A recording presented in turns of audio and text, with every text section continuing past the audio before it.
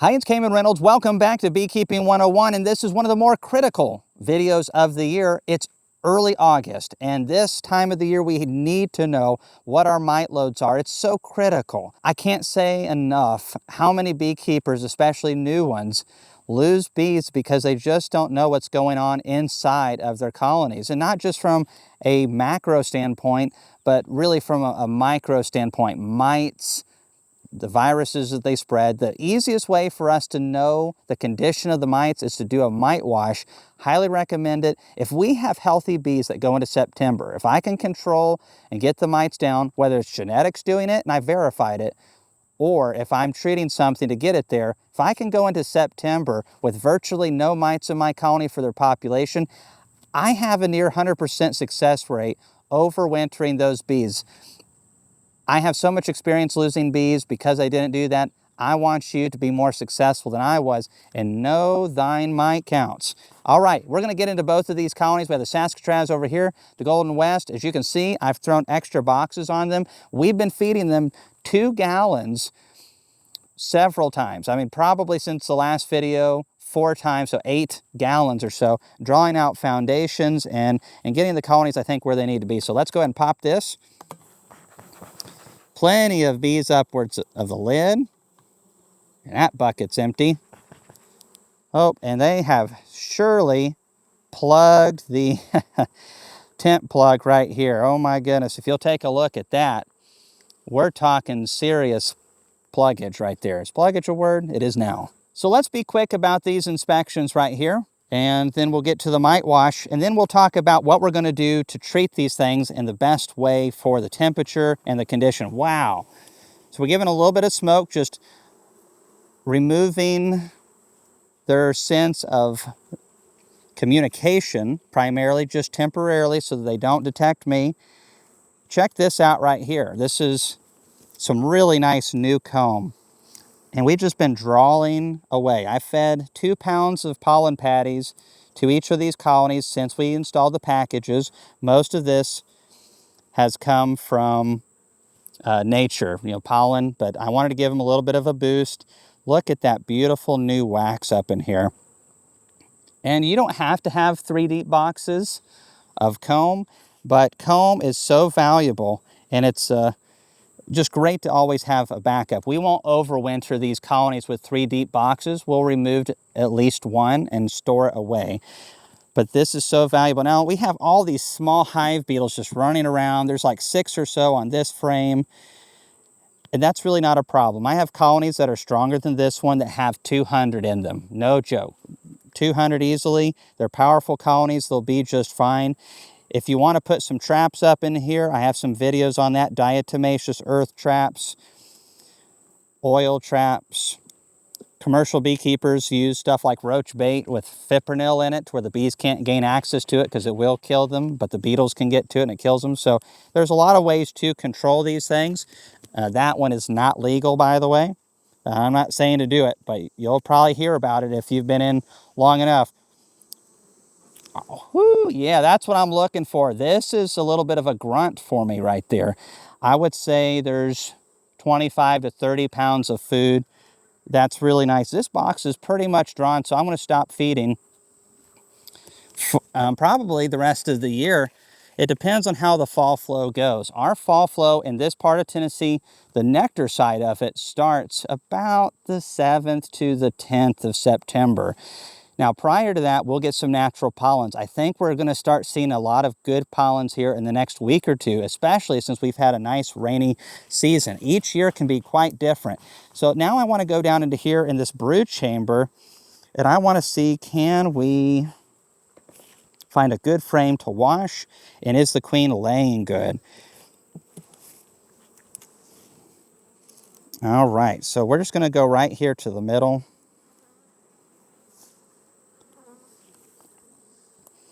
This is mostly food right here. I am seeing some bee bread.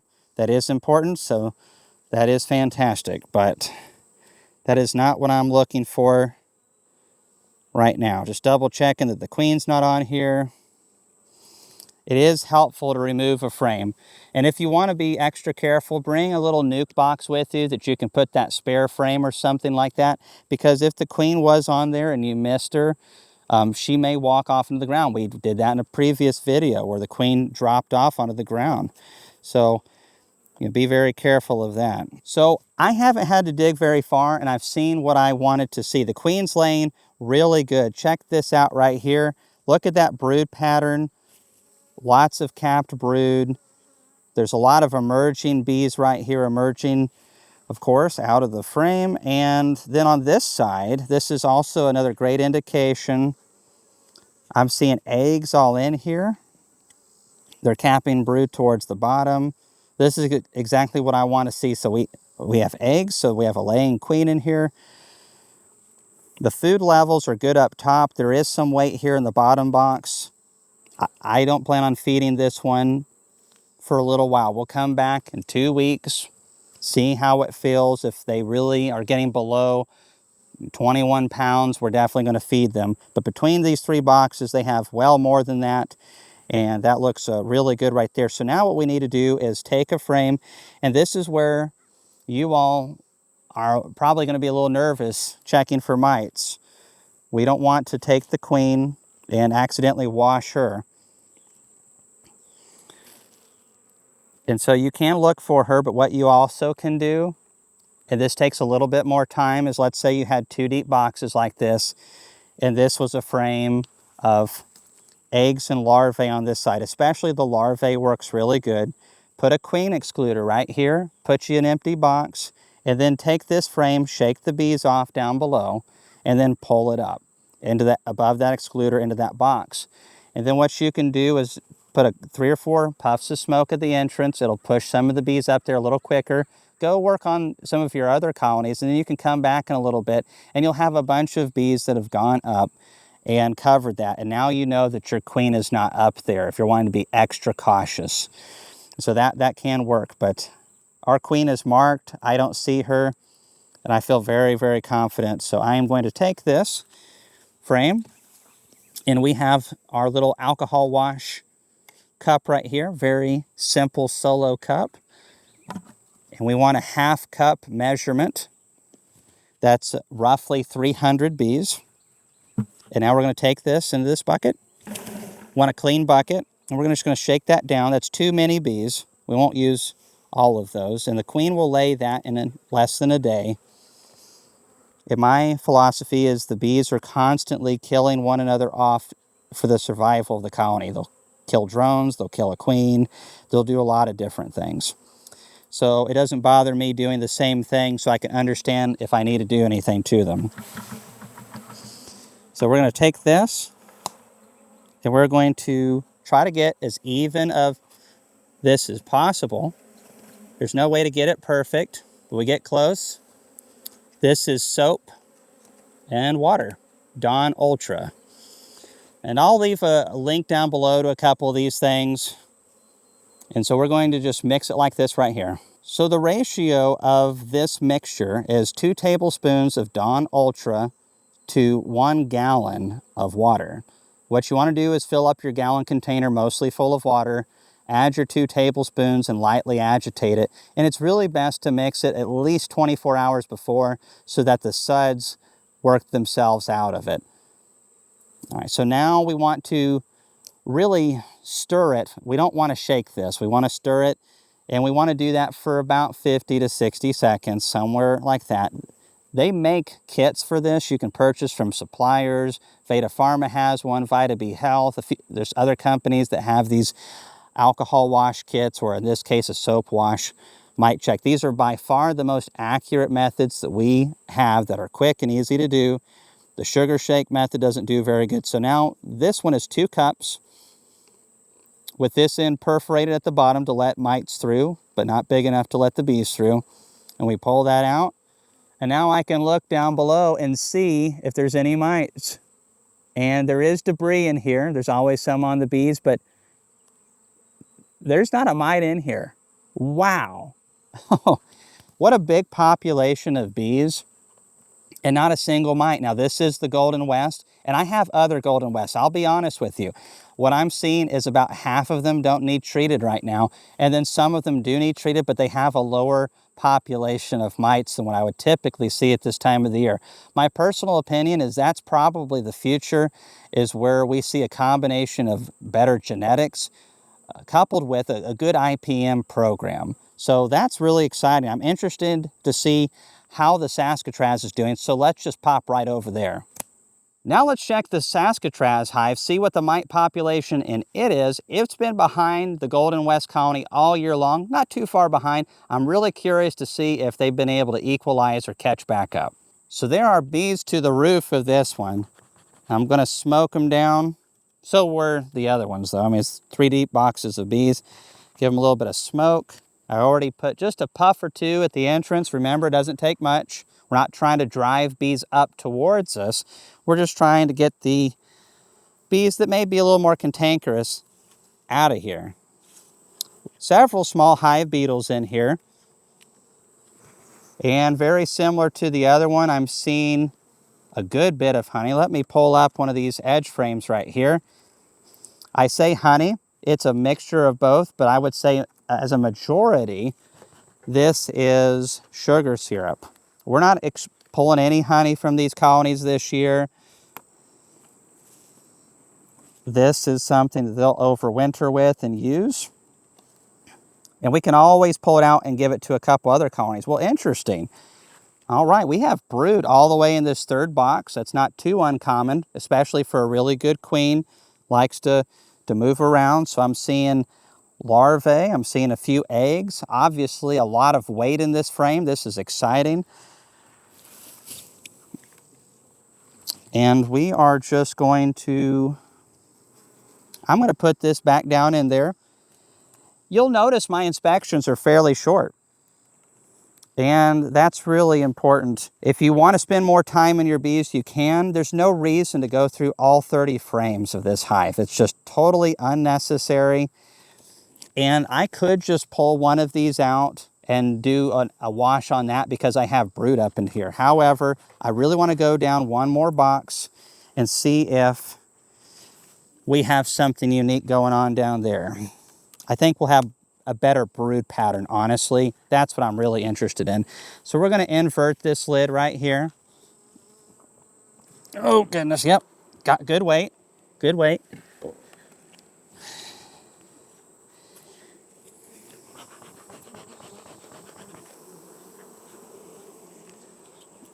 And now let's see if we got a good brood frame. I think this is going to be it right here. Oh, that one looks even better. I just can't help myself, folks. I love beekeeping. It is so much fun. But what I'm trying to teach you mostly in this video is inspections can be light and gentle on the bees. And also, we need to know our mite loads. It's fantastic that we don't need to treat the Golden West hive. But at the same time, it could have had 8 mites in that wash and needed to be treated now, or we would lose those bees. In my experience, in late September or October, we'd still have the honey. We still might even have the queen and a handful of bees, but they would just be gone. And that's when the viruses take over and the bees are programmed. When enough viruses or stress is on them, they will abscond, trying to get that away from the rest of the bees in hopes they can save the colony. So they sacrifice themselves. The problem of it is, once those viruses get spread, almost everybody has it, and you just lose that whole hive of bees. Look at that brood pattern from the Saskatraz queen. That just, you can't ask for better than that here in August. Now, this is important for me because I haven't had good pollens and I haven't had any nectar, to my knowledge. It's been robbing season since early June. So feeding these bees has helped them draw comb. It's helped them to continue to grow. This is going to be perfect. And my take on this is we feed and do some of the unnatural, like the pollen patties and the sugar syrup, so that when the natural comes in, we're fixing to get all kinds of goodies. Goldenrod pollen and nectar, wing stem, ironweed, ragweed, and many others, aster. our bees are going to be able to gorge on that with this massive workforce and just pile it in. So they're actually going to be able to get more of the natural and have a much bigger, stronger colony to go into winter. So this is a great frame right here. I don't see the queen on it. It's really easy to tell she's not on here because this isn't a heavily populated frame. So I'm just going to double check really quick. Not seeing the queen at all. The bees just look so fat and healthy. The cappings look uniform and beautiful. What a gorgeous bunch of bees right here. And you're like, okay, I'm in here fixing to kill them. I know, I hate it. But I can take these 2 colonies and turn them into 6 next year. And so, like I said, any of the forager bees, once we get close to winter, the forager bees, they get rid of them. They don't need them. They won't overwinter, and they know that. They're not going to waste the resources. They'll throw all the drones out too. I'm taking a page out of the notebook of the bee to do whatever they can for ultimate survival and success, and that is how I view it as well. Doesn't mean that we have to enjoy it. All right, so now we've got those bees out of the way. And we have our expensive, fancy, super duper bucket right here.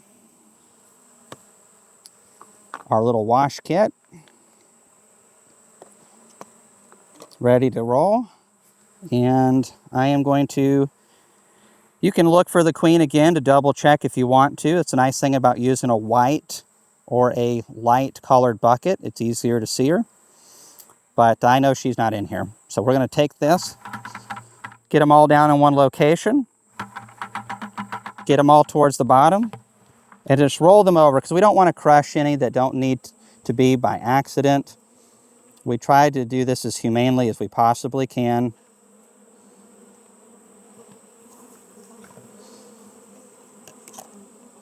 And then we just close that up and rotate that around for a little bit.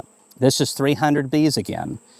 And so a good queen this time of the year is not cranking it out full speed ahead. They base her laying ability on what they have in reserve, but also what's incoming that day. They shut it down very quickly. If there's no pollen coming in or a very small amount of pollen that's coming in, they will slow the queen's roll down, or they'll cannibalize the eggs or young larvae down to where they can sustain it. So the bees know what's in their hive, and that's why we tell you, when you have a colony that's a decent size, I consider that 8 frames or bigger, they need to have 3 deep frames worth of food at all times. And that's just on the honey side of it, sugar syrup. Anything less than that, they'll hold the queen back. So I'd say the queen's probably laying anywhere between 750 to 900 bees a day right now. And that's great. Whenever we get back into a flow, she'll probably crank it up to 1,200 to 1,500 eggs a day. And so it's important that she has the workforce to be able to do that. And the mites, of course, are stealing nutrition from the bees, consuming on the adults from their fat body organ, and then going into the brood and feeding on them before they've even developed. Worst of all, they're injecting viruses up to 800 times normal concentrations found in the hive. So they're a dirty syringe. All right, let's see the moment of truth right here. And for a little bit of context, folks, we have done multiple years of trials. We've taken 52 packages that did not have any genetic resistance. And at this time of the year, we are averaging 1.5%. So 1% is about 3 mites in a colony this size. Well, no, it is 3. So that is a 300 count wash. 3 mites would be 1%. So typically I would see around 5 mites this time of the year. And from a package of bees. And these both were packages. Okay, we don't want to get that soap all over the bees. Alrighty then. Now I am seeing some mites in this one, guys. I'm actually seeing 3. And I don't know if you can see those little amber ovals. 1, 2, and 3. There's a little bit of debris in there, but we have 3 mites. That is not unexpected at all.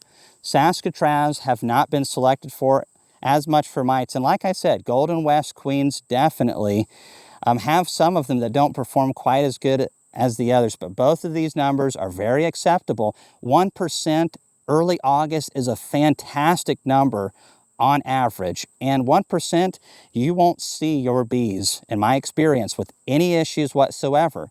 Again, that's a small percentage. 40,000 bees in here, 1% is 400 mites. Not a big deal. The main problem is they double about every brood cycle, so it's really critical that we get it to where this does not ever impact our bees, especially that critical winter bee population. So what I'm going to use for this colony right here, I'll use nothing on the other, but for this one, I'm going to use a couple. I could use one of a few different methods. It's too hot for formic acid right now. Formic acid's a great product for a strong, healthy colony, but it needs to really be below 85 degrees Fahrenheit, I think, to get the results that you all would want to see. It's very organic and natural. We can use oxalic acid vapor, but I'm here to tell you, we have done a lot of experiments and research. We know people have done more than we have.